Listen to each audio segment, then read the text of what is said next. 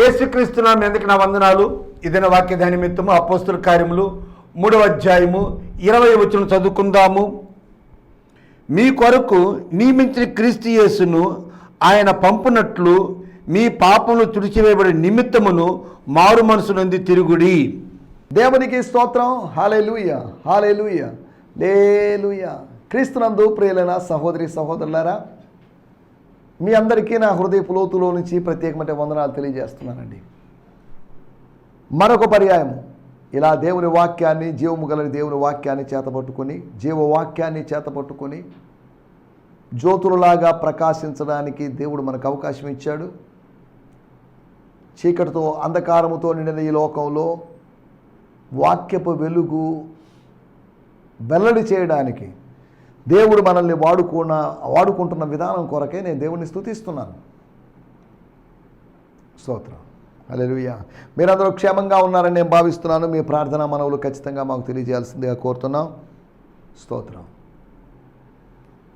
ఇప్పటివరకు అపోస్తుల కార్యములు 3 అధ్యాయాలు మనం ధ్యానించాము. 3వ అధ్యాయంలో చివరి సందేశం, తర్వాత అపోస్తుల కార్యములు 4వ అధ్యాయంలోంచి మనం ధ్యానించుకోబోతున్నాం. అనగా మన ముందు ఇంకా కొన్ని నెలలు మాత్రమే ఉన్నాయి. ఇంకొక 6-7 నెలలు ఉన్నాయి కనుక 7 మూళ్ళ 21 210 రోజులు ఉన్నాయి. అంటే ఇంచుమించు 155 రోజులు దాటిపోయినాయి కనుక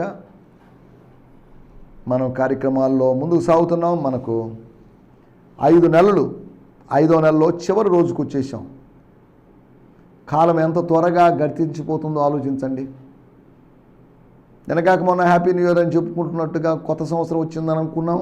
అంతలోపు కాలము బహువేగంగా పరిగెడుతుంది, వాక్యము బహువేగంగా పరిగెడుతుంది. కాలం ఎవరి కోసం ఆగదండి. నీ కోసం, నా కోసం ఆగదు. The time never stops for us, or the word of God never stops for us. దేవుని స్తోత్రం. హల్లెలూయా. ఇప్పటివరకు ఎవరైనా శాంతి టీవీ నెల్లూరు అనే ఛానల్ సబ్స్క్రైబ్ చేసుకోకపోతే సబ్స్క్రైబ్ చేసుకోవాల్సిందిగా మిమ్మల్ని ప్రేమపూర్వకంగా కోరుతున్నాం. సబ్స్క్రైబ్ చేసుకుని బెల్ సింబల్ నొక్కండి. తద్వారా నోటిఫికేషన్స్ మీకు వస్తాయి. ఈ కార్యక్రమం ప్రతిరోజు ఉదయము టీవీలో 8 నుంచి 8:30, సాయంకాలము 4 నుంచి 4:30, ఒక్క శనివారం మాత్రం 3:30 నుంచి 4 గంటల వరకు ప్రసారం అవుతుంది. యూట్యూబ్లో 2 సార్లు రాదు. యూట్యూబ్లో ఒక్కసారి మాత్రమే వస్తుంది. ఒకసారి మాత్రమే వస్తుందంటే 8 నుంచి 8:30 వరకు లైవ్ స్ట్రీమింగ్ ఇచ్చినప్పుడు మాత్రం వస్తుంది. అది అప్లోడ్ అయ్యి అలాగే ఉంటుంది కనుక మీరు ఎప్పుడు చూడాలనుకుంటే అప్పుడు చూడవచ్చు. టీవీలో ఎప్పుడు చూడాలనుకుంటే అప్పుడు చూడలేరు. అంటే యూట్యూబ్ కనెక్ట్ చేసి స్మార్ట్ టీవీలు వాటి ద్వారా చూడవచ్చు, అంతవరకే. కానీ ఈ ఛానల్ ద్వారా చూసేటువంటి వాళ్ళు, లేకపోతే నెల్లూరు, ప్రకాశం జిల్లాలోని కొన్ని ప్రాంతాలు, తిరుపతి జిల్లాలోని కొన్ని ప్రాంతాల వాళ్ళు టీవీ సెట్ల ద్వారా చూసే వాళ్ళని ఉద్దేశించి చెప్తున్నాను. ఉదయం సాయంత్రము వచ్చేది సేమ్ మెసేజ్. ఉదయం వచ్చిందే సాయంత్రం వస్తుంది, రిపీటేషన్ వస్తుంది.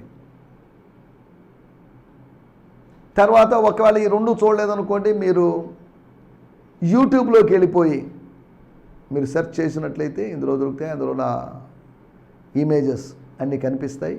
మీరు వాటిని క్లిక్ చేసి మీరు వాటిని చూడవచ్చు. స్తోత్రం. హల్లెలూయా. ఇంకొక 25 ఎపిసోడ్ల తర్వాత, 25 ఎపిసోడ్లు అయిపోతే 2000 ఎపిసోడ్లు అయినట్టే. దేవుని స్తోత్రం. అప్పుడు ఏదో సెలబ్రేషన్ ఉంటుందని కాదు. 2000, ఒక 3000 చేయాలి. తర్వాత నేను ప్రభువును నిద్రించిన ఈ సందేశాల్లోని సత్యాలు తీసుకొని, ఈ అపోస్తల కార్యములు, యోహాను సువార్తలోని సత్యాలను తీసుకొని మన ఈ మినిస్ట్రీ కంటిన్యూ చేసేవాళ్ళు దాన్ని అలా చేయగలిగితే బాగుంటుందనేది నా యొక్క ఉద్దేశం. ఒకవేళ ప్రభు చిత్తమైతే రాబోయే రోజుల్లో నిధులు అవి సమకూడితే యోహాను సువార్తలోంచి ఒక పుస్తకం, అపోస్తల కార్యము ఒక పుస్తకము వేయడానికి మనం ప్రయత్నం చేద్దాం.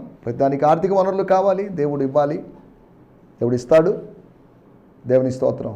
మార్క్ డ్రేక్ అనేటువంటి విదేశీ దేవజనుడు, అమెరికన్ దేవజనుడు, వారు రాసినటువంటి ఒక పుస్తకాన్ని తెలుగులోకి తర్జుమా చేయడం జరిగింది. బండల దృఢంగా అనేటువంటి ఒక చిన్న పుస్తకం. అది ఇంచుమించు 60-70 పేజీల పుస్తకం. అది ఆ పుస్తకం కావలసిన వారు, అది ఉచితంగా పంపిణీ చేస్తున్నాం. కావలసిన వారు నన్ను నేరుగా సంప్రదించాల్సిందిగా కోరుతున్నాం. 2 నంబర్లకు సంప్రదించాల్సిందిగా కోరుతున్నాం. దాని ట్రాన్స్లేషన్ చేసిన పీడిఎఫ్ కావాలన్నా మీకు ఇస్తాం, లేదంటే ఒక హార్డ్ కాపీ కావాలన్నా కానీ మీకు అందజేయడం జరిగింది. ఇప్పటికే 2000 కాపీలు వేసాం. ఇప్పటికే ఇంచుమించు 1800 కాపీల వరకు పంచడం జరిగింది, ఇచ్చేయడం జరిగింది. పాస్టర్లకి వీళ్ళకి ఇవ్వడం జరిగింది. కాబట్టి బుక్స్ అయిపోతున్నాయి. మీకు కావలసిన వారు సంప్రదించాల్సిందిగా కోరుతున్నాం. లేదంటే markdrake.org అనేటువంటి సంస్థలో లేకపోతే ఆ వెబ్సైట్లోకి వెళ్ళినట్లయితే మీరు దాని ఇంగ్లీష్ బుక్ కూడా మీరు చూడొచ్చు. సరే, దేవుని స్తోత్రం. హల్లెలూయా. ఈ సమయంలో నిన్న మనం ఆలోచించిన విషయాలు జనుల యొక్క అజ్ఞానం గురించి ఆలోచించాం. జనుల్లో ఉన్నటువంటి ఇండివిజువల్స్, వ్యక్తిగతమైన ప్రజలు ఒక్కొక్కరు లేకపోతే స్వకీయ అజ్ఞానం, స్వకీయ అనుభవం సరే, స్వకీయ రక్షణానుభవం సరే, స్వకీయ అజ్ఞానం, సొంత అజ్ఞానం అండి. మనిషి చాలాసార్లు కొన్ని విషయాలు ఎరగని వాడుగా ఉంటాడు. అతనికి అవి మర్మాలుగా ఉంటాయి. ఎవరో ఎప్పుడో చెప్తే బాబు ఇది పలాంది కదా, ఓ అవునండి నాకు తెలియదండి, మనం ఐస్ ఓపెన్ అయినట్లుగా మనకు కనువిప్పు కలిగినట్లుగా అనిపిస్తుంది. తాను క్రైస్తవుల్ని హింసిస్తున్నాడు, యేసునామంలో ప్రార్థన చేసే వాళ్ళని హింసిస్తున్నాడు అని అనుకున్నాడు. ఆ యేసు అనే ఆయన తిరిగాడని చచ్చిపోయాడు, అయిపోయింది. ఆ యేసు తనను ఏనాడు దర్శిస్తాడు అని పౌలు అనుకోలేదు. ఒకవేళ అలా అనుకోని ఉంటే ఆయన్ని ఆ మార్గములో ఉన్న వాళ్ళని ఆయన హింసించుండేవాడు కాదు. దూషకుడుగాను, హింసకుడుగాను, హానికరుడుగా మారేవాడు కాదు. ఒకరోజు సడన్గా ప్రభువా నువ్వెవడు అని అడిగాడు. నేను ఎవరితే నీకెందుకోయ్ అనలేదు. నీవు హింసిస్తున్న యేసు నేను. I'm Jesus of Nazareth to whom you are persecuting. Yesu ఎప్పుడో చనిపోయాడు కదండి. యేసు పరలోకానికి వెళ్ళిపోయాడని వాళ్ళు అంటున్నారు. యేసు ప్రభువుని శిష్యులు ఎత్తుకొని పోయారని సైనికులు అంటున్నారు. యేసు ప్రభు అనేటువంటి వ్యక్తి ఉన్నాడో లేదని కొంతమంది అంటున్నారు. యేసు ప్రభు ఒక యూదుడుగా జీవించాడు, చనిపోయాడు, అంతవరకే. కానీ ఇప్పుడు ఏకంగా వచ్చి నేను యేసుని అంటున్నాడు ఏంటినా? I never met Jesus. కానీ యేసు ఎందుకు ఇలా మాట్లాడుతున్నాడు? యేసేనా? అవును, నువ్వు హింసిస్తున్న యేసు. నువ్వు హింసిస్తుంది ఎవరినో తెలుసా? నా బిడ్డల్ని హింసిస్తున్నట్టయితే నన్ను హింసిస్తున్నట్లే. తన యొక్క అస్తిత్వాన్ని తాను ఆరోహణము తర్వాత ఉన్నట్టు తన అస్తిత్వాన్ని యేసు ప్రభు చాటాడు. స్తోత్రం. నేను పరవశుడనై యెరూషలేములో దేవాలయంలో ప్రార్థించుతుండగా పరవశుడనై ప్రభువుని చూశాను. I saw the lord. నేను ప్రభువుని చూశాను. నేను దమస్కు మార్గములో అక్షరార్థంగా చూసిన ప్రభువుని నేను ఆత్మీయంగా చూశాను. మనమందరం ఇప్పటిదాకా శరీరరీతిగా ఎరిగిన యేసుని ఇక మీద శరీరరీతిగా ఎరగకూడదు, ఆత్మలో ఎరగాలి, అంతవరకే. యేసులేనండి శరీరరీతిగా ఎరిగేది. అసలు ఏ మనిషిని కూడా శరీరరీతిగా ఎరగకూడదు, ఆత్మలో ఎరగాలి అని 2 కొరింథీ పత్రిక 5వ అధ్యాయంలో పౌలు గారు అన్నారు. సరే, దేవుని స్తోత్రం. మారు మనసును గురించినటువంటి సత్యం. అన్ని బోధలు చేస్తున్నారు కానీ మారు మనసు గురించి చెప్పరు. అన్ని భాషల గురించి వివరిస్తున్నారు. పరిశుద్ధాత్మ వరాల గురించి చెప్తున్నారు. తప్పు అనలేదు నేను. పరలోకంలో స్థలాల గురించి బోధిస్తున్నారు. ప్రత్యక్ష గుడారాన్ని అమ్మో దాన్ని అనలైజ్ చేసి మరీ డిసెక్ట్ చేసి అబ్బో మంచిదే, స్తోత్రం. కానీ ప్రకటన గ్రంథాన్ని గురించి అబ్బో అద్భుతంగా వ్యాఖ్యానిస్తూ వివరణలు ఇస్తున్నారు. మారు మనసు గురించి ఎందుకు చెప్పడం లేదు? ఒక ప్రాముఖ్యమైన మెసేజ్ ఎందుకు మనం ఇవ్వడం లేదు? Change your minds, change your opinions, change your perspectives. మీ యొక్క దృక్పథాలు, మీ ఆలోచనలు, మీ ఆలోచన విధానాలు, ప్రవర్తన విధానాలు మార్చుకోండి అనేది చెప్పలేకపోతున్నారు. స్తోత్రం. హల్లెలూయా. మారు మనసును గురించినటువంటి మీరును మీ అధికారులను తెలియక చేస్త్రీ. మీకు తెలియదు, మీ అధికారులకు తెలియదు. మీకు తెలియదండి. మీకు అసలేం తెలియదని కాదు, ఆత్మ సంబంధమైన సంగతులు మీకు తెలియదు. చనిపోయిన వారికి ఏం జరుగుతుందనే దాన్ని మీకు తెలియకుండా నాకు ఇష్టం లేదు. వరముల గురించిన విషయము, వరములకు ఏమవుతుంది, వరములు ఎవరికి, వరాల గురించినటువంటి విజ్ఞానం మీకు లేకుండా ఉండడం నాకు ఇష్టం లేదు. You should have the knowledge about the gifts of the Holy Spirit. You should have the knowledge about స్తోత్రం the people, about the resurrection, about the life after death. మరణం తర్వాత జీవితాన్ని గురించి నేను మాట్లాడాలనుకుంటున్నాను. అది తెలియకుండా నాకు ఇష్టం లేదు. కొన్ని మనం తెలియకుండా ఉండడం దేవునికి ఇష్టం లేదు. కొన్నిటి తెలుసుకోవాలి. మనము తెలుసుకోవాల్సిన వాటిని తెలుసుకోవడం లేదు, తెలుసుకోకూడని వాటిని మనం తెలుసుకుంటున్నాం. ఈ రోజుల్లో ఎన్నెన్ని ప్రశ్నలు అడుగుతారు ప్రజలు, ఏదేదో అడుగుతారు. కయ్యూను భార్య ఎవరండి? ఎందుకండి కయ్యూను భార్యతో మీకేం పని?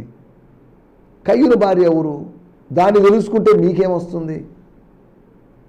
ఏమండి, మనిషి ఇన్ఫర్మేషన్ కోసం పాకులాడుతున్నాడు కానీ ఇన్సైట్ కోసం పాకులాడడం లేదు. సమాచారం కోసం పాకులాడుతున్నాడు కానీ సత్యం కోసం పాకులాడడం లేదు. ఆయనకన్నా ఈయనకి ఎక్కువ తెలుసు, ఈయనకన్నా ఎక్కువ తెలుసు అంటే చాలా జ్ఞానం కలిగిన వాళ్ళండి అని చెప్పుకోవాలని, చెప్పించుకోవాలని తాపత్రయపడుతున్నారు.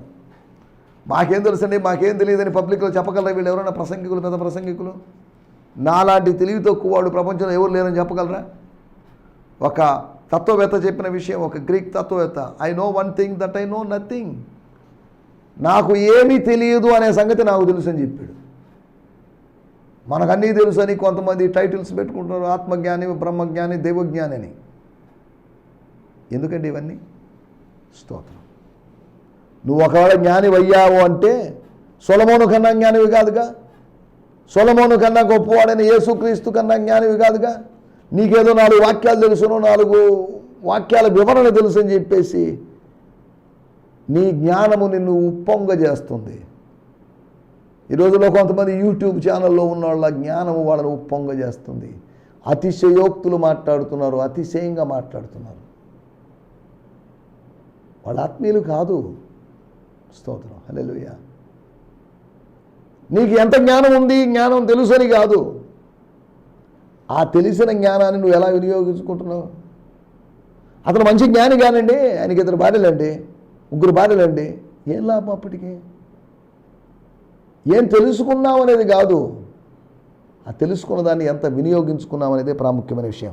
సరే, మనం వీటిలోకి వెళ్ళలేదు. నిన్న మనం ఆలోచించిన విషయాలు, వారసులు అవ్వడం గురించిన జ్ఞానం మనం తెలియ ఉండాలి. మనం వీఆర్ ద సన్స్, నిబంధనకు వారసులు. దేవుడు చేసిన నిబంధనకు, దేవుడు అబ్రాహాముకు నిబంధన చేశాడు, ఇస్సాకు, యాకోబులతో నిబంధన చేశాడు. దానికి మనం వారసులం. మీరు, నేను వారసులం. స్తోత్రం. 4వది ఆశీర్వదించబడ్డాన్ని గురించినటువంటి ఆ విషయం, ఆ సంగతి, ఆ జ్ఞానం. స్వకీయ జ్ఞానము లేనటువంటి ప్రజలు, సొంత జ్ఞానం లేని ప్రజలు. సొంత జ్ఞానం లేదు అంటే ఎవడో చెప్తే ఏదో నమ్మేటువంటి ప్రజలు, అంతేగా. నాకంటూ సొంత ఆలోచన లేదంటే నేను ఎవరో ఒకరి ఆలోచన మీద ఆధారపడాలి. మా సంస్థ చెప్పిందండి ఇలాగా, మా నాన్న ఇలా చెప్పాడు, మా తాత ఇలా చెప్పాడు. అరే, మీ తాత చెప్పిన దాంట్లో అర్థం ఉందా అని ఆలోచించడాడు. నాకైంది అనవసరం, మా తాత చెప్పాడు అంతవరకే.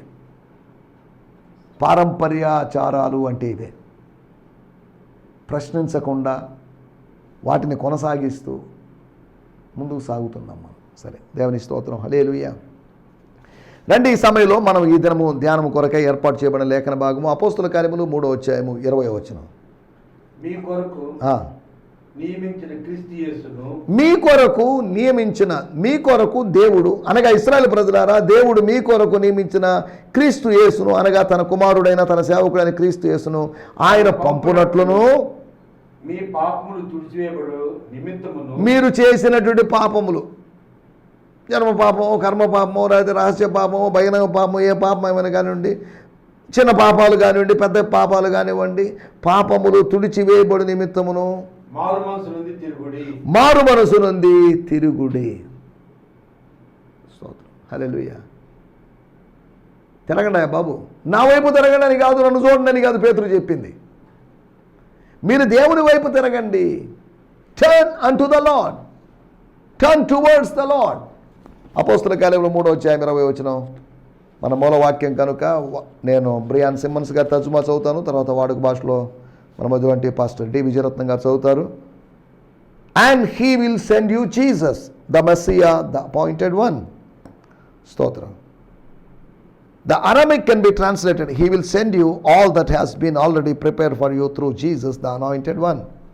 అనగా యేసు ద్వారా సిద్ధపరచబడి భద్రంగా ఉంచబడిన వాటన్నిటినీ మీకు ఇవ్వడానికి సిద్ధంగా ఉన్నాడు. యేసును పంపడం ద్వారా సిద్ధపరచబడిన వాటిని వాటిని ఆయన పంపి ఇస్తాడు అని అర్థం. And he will send you Jesus, మీ మధ్యలోకి మీలోకి యేసును పంపుతాడు. The Messiah, the appointed one. స్తోత్రం, హల్లెలూయా. చదువుదాం వాడుక భాషలో. మీకోసం దేవుడు క్రీస్తుగా నియమించిన యేసును పంపుతాడు. దేవుడు క్రీస్తుగా నియమించబడ్డాడు అనగా అభిషక్తుడుగా నియమించబడ్డాడు, అభిషక్తుడుగా ఎంచబడ్డాడు. 2వ అధ్యాయము 36వ వచనం రాయబడింది, మీరు సిలువ వేసిన ఈ యేసునే దేవుడు 1 ప్రభువుగాను 2 క్రీస్తుగాను నియమించెను.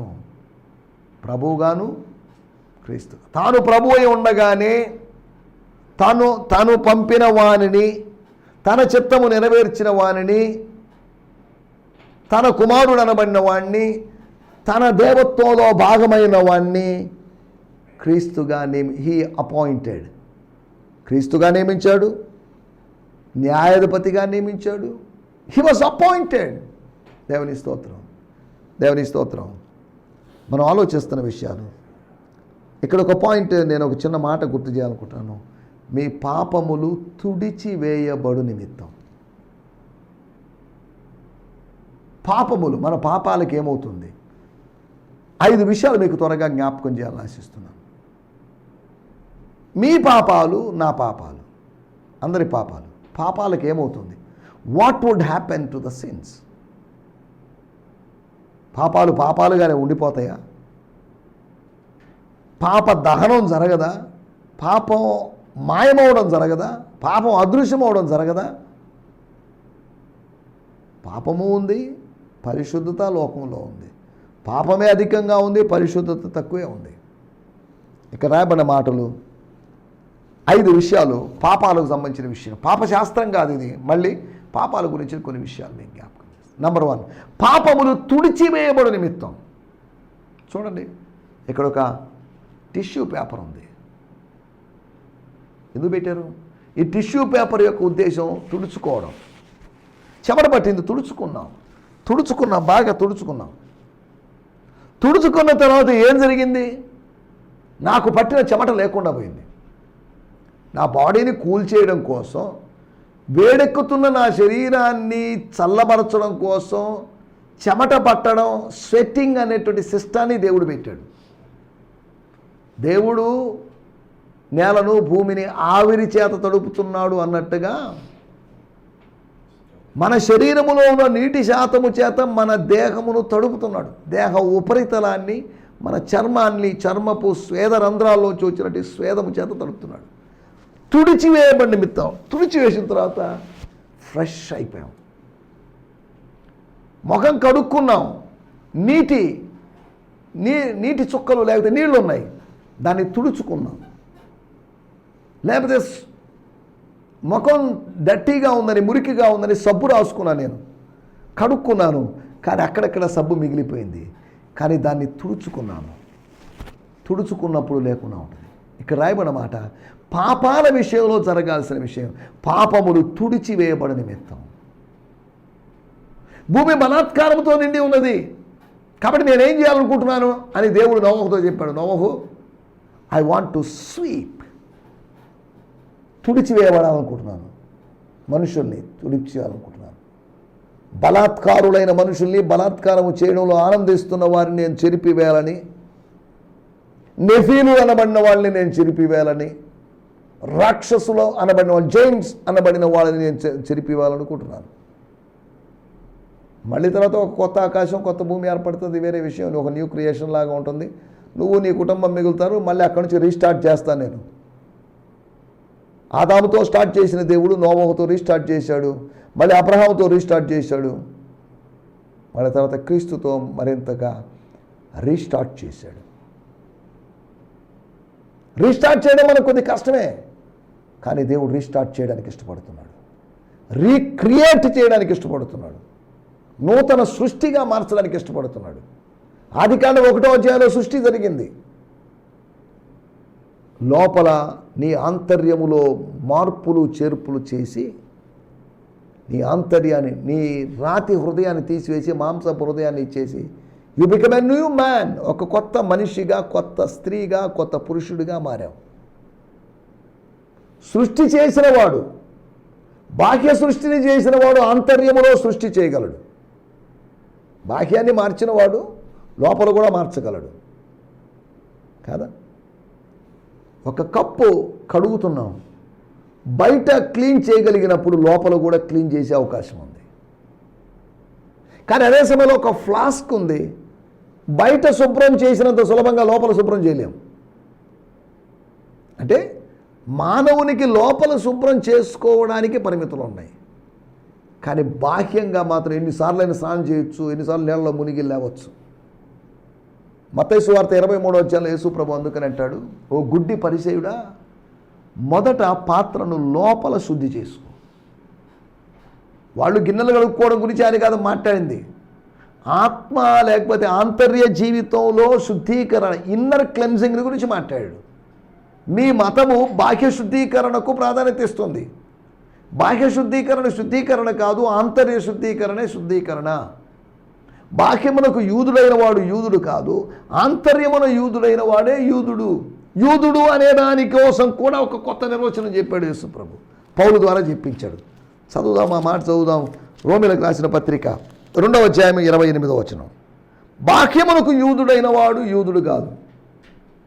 ఒక యూదుడు చెప్తున్న మాట, వెలుపలకి అనగా సున్నతి అనేటువంటి ఆచారం కలిగి, ఇదిగోండి నేను ఐఎమ్ ఎ జ్యూ అని చెప్పుకుంటున్నవాడు బాహ్యమునకు యూదుడైన వాడు యూదుడు కాదు. శరీరమందు బాహ్యమైన సున్నతి కాదు.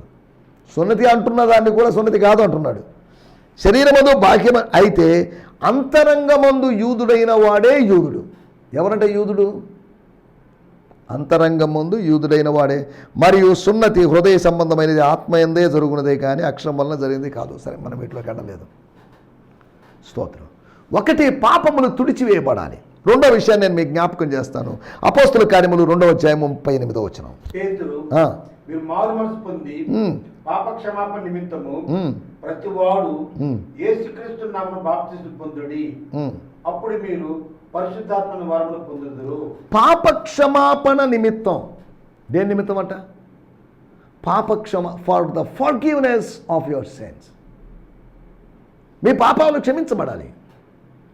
క్షమించబడిన పాపము అది బలహీనమైపోద్ది. మీ పాపాలు క్షమించబడాలి. ఎవరు క్షమించాలి? నన్ను నేను క్షమించుకోవడం కాదు, నన్ను ఇతరులు క్షమించడం కాదు. నేను ఎవరికి విరోధంగా పాపం చేశాను అనగా నేను దేవునికి విరోధంగా పాపం చేశాను. ఇప్పుడు నేను ఐఎమ్ సారీ అండి తండ్రి, పరలోకమునకును నీకు విరోధముగా పాపం చేసి ఉన్నాను.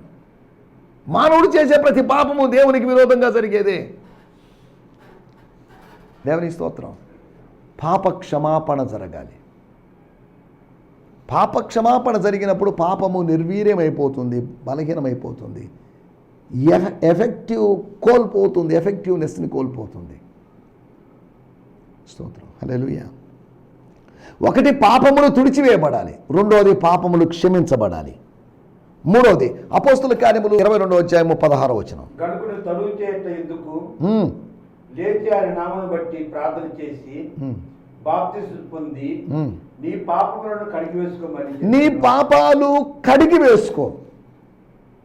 Wash your sins. అంటే నెలలో మునిగి లేవగానే పాపాలన్నీ పోతాయా? పోవు.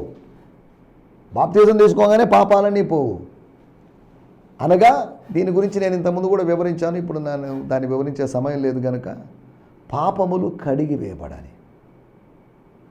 తుడిచివేయబడ్డానికి కడిగి వేయబడ్డానికి తేడా ఉంది. ఇది తుడిచివేయబడ్డాం, కడిగి వేయబడ్డం అలా కాదు. ముందు కడిగి వేయబడిన తర్వాత తుడిచివేయబడింది. కడిగి వేయబడిన తర్వాత కూడా దానికి సంబంధించిన ఆనవాళ్ళు మరకలు కానీ ఉంటే, అనగా రెండు డిఫరెంట్ పాప ప్రక్షాళన, పాపము లేకుండా చేసే విధానాలు ఇవి. ఒకటి పాపము తుడిచివేయబడ్డం, రెండోది పాపం క్షమించబడ్డం, మూడోది పాపము కడిగి వేయబడ్డం. తుడిచినప్పుడు పోని మరకను మనం కొన్నిసార్లు కడిగితే తప్ప అది పోదు. 4వ విషయాన్ని నేను మీకు జ్ఞాపకం చేస్తాను. రోమీయులకు రాసిన పత్రిక 4వ అధ్యాయం 7వ వచనం.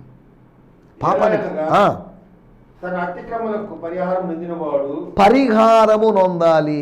పరిహారం కావాలి, దానికి ఒక పరిష్కారం కావాలి, పరిహారం నొందాలి. తన పాపమునకు ప్రాయశ్చిత్తం పొందినవాడు పాపమునకు ప్రాయశ్చిత్తము పరిహారము నొందాలి.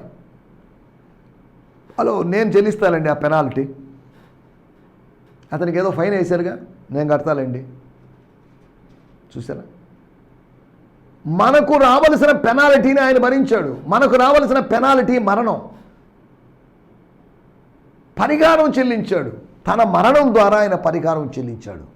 పాప పరిహారము, దేవుని స్తోత్రం. పాపానికి ప్రాయశ్చిత్తము, దేవుని స్తోత్రం. హల్లెలూయా.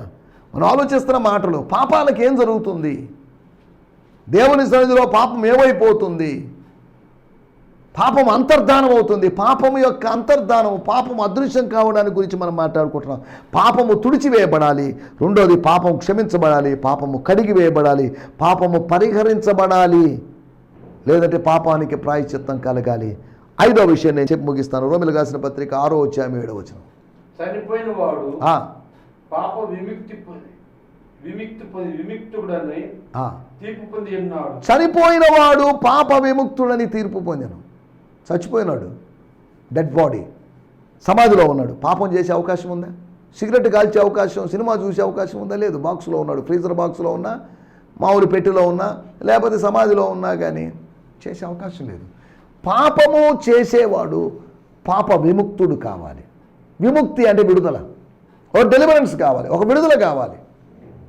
పాప విముక్తుడు కావాలి, చనిపోవాలి. పాపముల విషయం చనిపోయినప్పుడు పాప విముక్తుడైనట్టే. నేను పాపం చేసి పాపక్షమాపణ పశ్చాత్తాపం పొందకుండా, తుడిచివేయబడకుండా, కడిగి వేయబడకుండా నేను చచ్చిపోయాను, నా పాపం అలాగే నిలిచి ఉంది. కానీ ఎప్పుడైతే నేను పాపముల విషయమై మృతుడుగా ఎంచబడతానో అప్పుడు నా పాపము దాంట్లోంచి నేను విముక్తి పొందాను. కాబట్టి పాపాల నుంచి విముక్తులమై ప్రాయశ్చిత్తం పొంది, క్షమించబడి, కడిగి వేయబడి, తుడిచివేయబడి పరిశుద్ధులుగా జీవించడానికి ప్రభు మనందరికీ సహాయం చేయనుగాక. ఆమేన్. ఈ సందేశము మీకు ఆశీర్వాదకరంగా ఉందని నమ్ముచున్నాము. ప్రార్థనా అవసరతల కొరకు మమ్మల్ని సంప్రదించవలసిన మా చిరునామా గిద్యోన్ మిషన్ చర్చ్, 6వ వీధి, శాంతినగర్, నెల్లూరు 4, ఆంధ్రప్రదేశ్. పిన్ 524004. మా ఫోన్ నంబర్లు 7036443613 మరి ఒక నంబర్ 9392293010. మా ఈమెయిల్ ఐడి gfihmi2015@gmail.com. దేవుడు మిమ్మును ఆశీర్వదించునుగాక. ఆమేన్.